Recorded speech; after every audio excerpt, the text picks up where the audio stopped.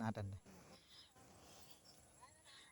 పత్తి విత్తనాలు ఎంచి 2.5 అడుగులు తాడు కట్టుకొని తాడేసుకొని ఇలాగ నాటుకుంటే 10 రోజుల్లోనే మొక్క వచ్చేస్తుంది. ఈ జూన్ నెలలోనే ఎక్కువ నాటుకుంటే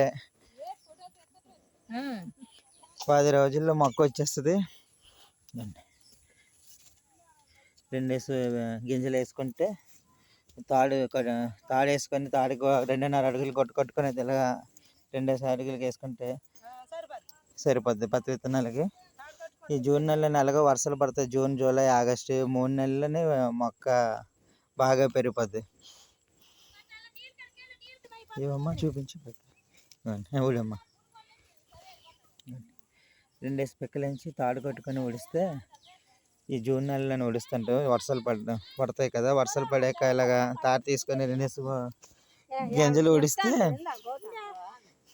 ఉడండి 2 గింజలు ఉడిస్తే తాడు వేసుకొని వారం రోజుల్లో మొక్క వచ్చేస్తుంది. అలాగే 2 నెలల నుంచి మొక్క పెరిగిపోయి 2 గొప్పులు కానీ లేకపోతే గడ్డి మందు కొట్టుకుంటే 2 నెలలని పత్తి ఎంచి అందులో అందుబాటులోకి వచ్చేస్తుంది అన్నమాట. 3 నెలల కాడి నుంచి పత్తి ఏరుకోవచ్చు.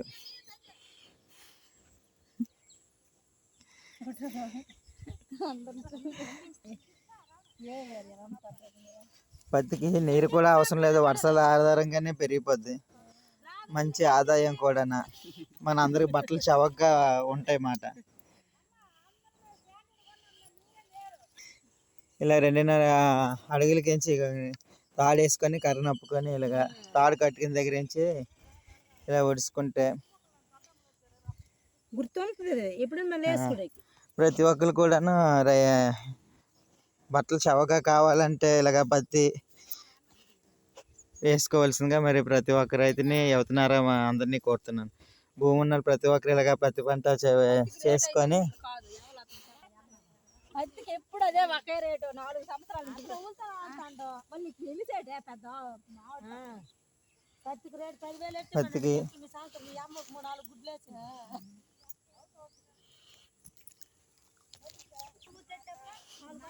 2.5 అడుగులకి ఇలాగ 2 స్పెక్కులు ఉడుచుకుంటే చిన్నది 2 వేలతో ఇలాగ అన్ని స్పెక్కులు వేసి మళ్ళీ మూసేస్తే 10 రోజుల్లో మొక్క వచ్చేస్తుంది.